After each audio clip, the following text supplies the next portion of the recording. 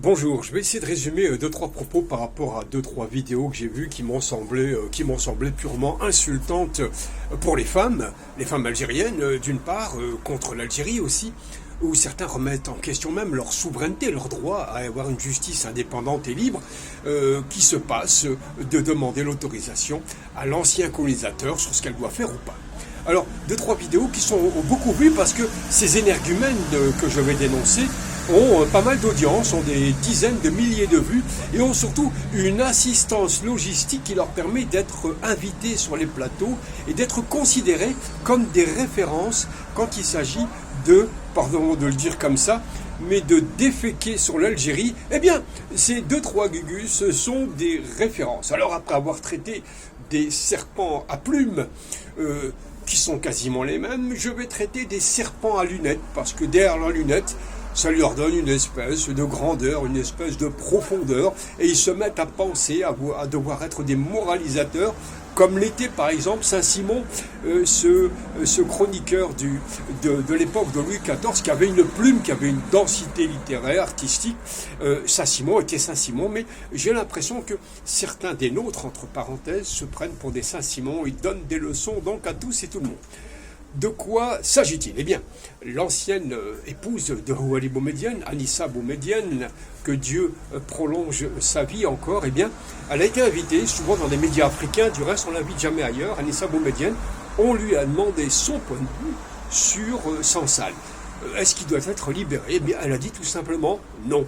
L'Algérie est souveraine et il a commis des délits très très graves, et en cela, moi j'estime, dit-elle, Anissa Boumedienne, en son nom tout simplement, qu'il doit rester en prison. Que n'a-t-elle pas dit la pauvre Anissa Boumedienne? Ils lui sont tombés dessus. Alors, tous les médias fachos de service, le Pourisien, le journal Pourisien, autres Échos, autres Torchons et autres CNews et autres subalternes et chiens de service lui sont tombés dessus. On va dire, c'est normal, ça fait partie de l'ordre des choses, de tabasser, de taper dès qu'on a un point de vue contraire de celui du colonisateur. Mais on s'attendait que peut-être il y aurait eu un peu de retenue de la part de ces concitoyens, très concitoyens, les fameux serpents à sonnette. Les vipères ont sorti leurs petites griffes et le premier à avoir dégainé, le toutou de son maître, le toutou, le chien de service, le roquet à BHL, celui qui griffouille quelque chose ça et là dans le poing, ça a été Kamel Daoud, qui a directement sauté à la gorge d'Anissa Boumedienne pour lui reprocher donc et de vivre en France, comme le fera d'ailleurs Sifaoui et Semar, de Semar, du reprocher d'être libre et de vivre en France, entre la France et l'Algérie. Tous les prétextes sont bons pour essayer de la ternir. Lui reprocher donc son intolérance au niveau de Sansal. Alors, ils ont le droit effectivement d'intervenir, c'est leur rôle un petit peu. Daoud, le plus méchant, le plus sectaire là-dedans, me semble-t-il, a un travers, a un problème avec les femmes. Ça doit tenir à une espèce de complexe vis-à-vis des femmes. Un complexe dont je ne veux pas dire le nom, mais vous voyez ce que je veux dire quand un homme a un complexe par rapport aux autres hommes, aux femmes, vous voyez ce que je veux dire là? Je pense qu'il a ce vrai problème, parce que comment expliquer que ce type ne s'attaque surtout aux femmes, notamment il a frappé sa femme, sa propre épouse, condamnée, très violemment d'ailleurs, dont les médias ne parlent jamais évidemment. Ensuite, il s'y est pris indirectement en violant l'intimité avec son épouse, à deux quand même, comme des Thénardier pour le pognon. Ils ont violé l'intimité de Saada Harban en racontant sa vie dans son livre qui lui a valu la notoriété, l'argent sale, l'argent immérité, mais l'argent quand même. Ça ne le lavera pas pour autant de son offense faite à cette femme, Saada Harban. Et là, troisième femme qui l'agresse avec donc l'histoire de Anissa Boumedienne. Décidément, cet homme a un vrai problème au niveau de la jante féminine. Deuxième à s'attaquer à elle, eh bien, ça a été un autre serpent à lunettes aussi. Les tranches de cake, n'ayons pas peur des mots, ça n'a jamais tué personne d'avoir une tranche de cake. C'est le Sifaoui, lui, qui s'est fendu aussi d'un commentaire aussi, d'une agressivité tout azimut. Il fait, comme on dit, des stocks et de taille. Autrement dit, il tape dans tous les sens pour essayer d'exister. il met dans le sac Anissa Boumedienne, il attaque le pouvoir, il attaque Tebboune dans tous les sens du terme, il remet tout en question, il parle de dictateur, il parle d'autocrate et de pouvoir pourri. Je tiens à dire que ces serpents à lunettes n'ont jamais rien dit sur le racisme anti-algérien ou l'islamophobie en France. Bien au contraire, ces gens-là, Sifawi, attaquent l'Iran systématiquement pour faire plaisir à ses maîtres. Il dénonce aussi le terrorisme anti-israélien. Ah oui, bon, il doit être très content, Netanyahou, il lui a rien demandé, mais bon, vous savez, des caresses de chien, ça fait de mal à personne. Eh bien, ces donneurs de leçons sont nombreux donc à s'attaquer systématiquement aux femmes, à l'Algérie, mais au moindre prétexte, ils leur sautent à la gorge. Je poursuis au niveau de ces donneurs de leçons, donc ce même Sifawi, donc qui vomit toute la haine, tous les relents comme ça, une espèce de frustration profonde qu'il a contre l'Algérie. Je ne sais pas d'où ça lui vient. Peut-être les deux dont je parle ont-ils une âme de supplétif, une ADN de corrompu, etc. Alors, sur ce Sifawi, quand même, il est quand même pas chier, comme diraient les jaunes, puisque c'est lui-même qui est accusé d'avoir détourné 300 000 € dans le fonds Marianne, de s'être comporté comme une vulgaire racaille face au sénateur qui lui demandait des comptes.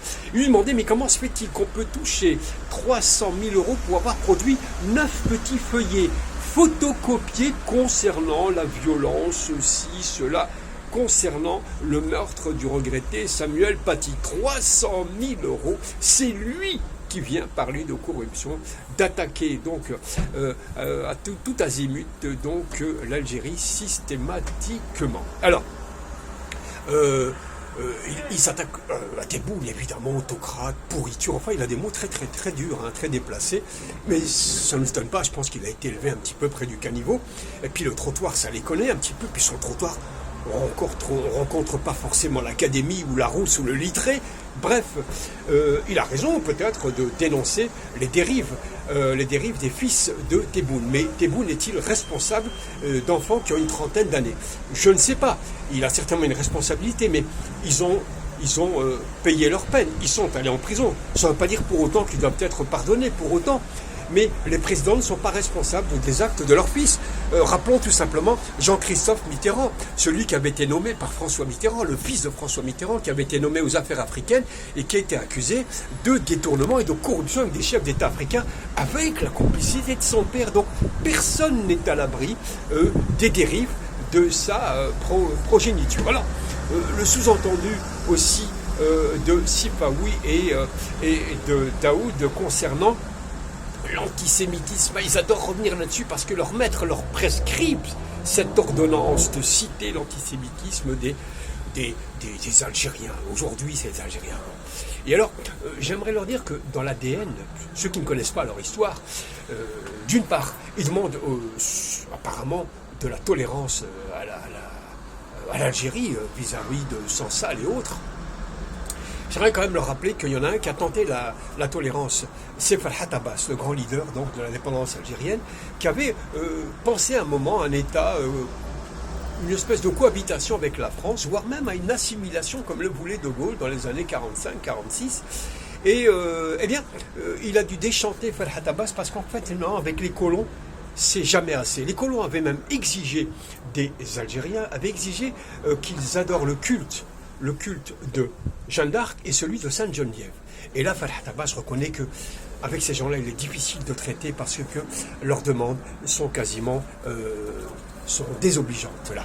Et rappeler aussi donc à ces pseudo-historiens que sont le Sansal qui donne des leçons sur l'Algérie, sur l'histoire, lui l'ami des Netanyahouistes, etc., Netanyahistes, leur rappeler que l'Algérie anticoloniale, antisioniste n'est pas simplement un effet de mode, puisque en 1948, lorsque le Parti communiste algérien, composé surtout de colons avec un peu d'Algériens, va reconnaître l'État d'Israël, eh bien, les nationalistes algériens vont se retirer du soutien de ce Parti communiste parce que l'idée anticoloniale est consubstantielle de l'esprit algérien. C'est pourquoi, encore une fois, l'Algérie aujourd'hui soutient l'indépendance du Sahara occidental. C'est dans son ADN. C'est pas pour faire posture, c'est pas pour gêner. Ça date pas d'aujourd'hui, le soutien donc à la Palestine, aux Palestiniens, date déjà de 1948 et ça c'est inscrit dans le marbre, je n'invente rien, chers amis. Je voudrais conclure cette petite vidéo en parlant d'un troisième serpent à lunettes qui me semble, lui, il s'agit de Semar, le chroniqueur, etc. Beaucoup de succès sur les réseaux sociaux. Alors, effectivement, il fait partie de la même engeance, hein, c'est du même groupe, hein, c'est le même triolet. Mais il me semble que celui-là...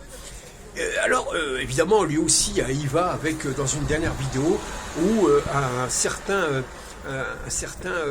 général a été mis en prison récemment, c'est Nasser Jiden, je crois, de mémoire, qui a été jeté en prison. Alors, on saura pourquoi. Vous savez que le pouvoir algérien est quand même truffé de gros collaborateurs. Le Hezb français est toujours en place. Il faut poursuivre ceux qui ont détourné des milliards de la Sonatrach et il faut vraiment quadriller, il faut encadrer cette Sonatrach qui est vraiment la vache à lait, la poule aux œufs d'or pour certains corrompus.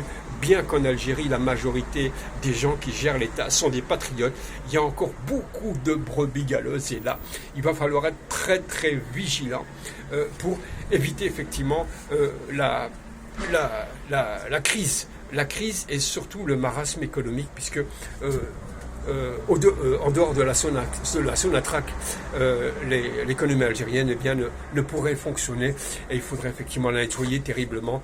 Et les trentaines de personnes qui sont recherchées aujourd'hui, qui se sont engraissées comme des porcs, je dis bien comme des porcs sur le compte de la Sonatrach, devraient être poursuivis. Et j'avais cru lire ça et là que certains pays, lorsqu'ils avaient affaire à des traîtres, eh bien, leur envoyaient des gens pour les ramener de force chez eux, ou pour les contraindre à recracher l'argent qu'ils avaient piqué. Je dis ça, je dis rien, chers amis. Alors, Semar, effectivement, s'inquiète que plusieurs généraux soient emprisonnés. C'est très inquiétant aussi. L'Algérie continue à faire le nettoyage donc des corrompus. Il y en a beaucoup des corrompus, hélas, on ne peut pas tout changer. Le travail est très très long. Le Hezb français, comme on dit, est très très présent encore.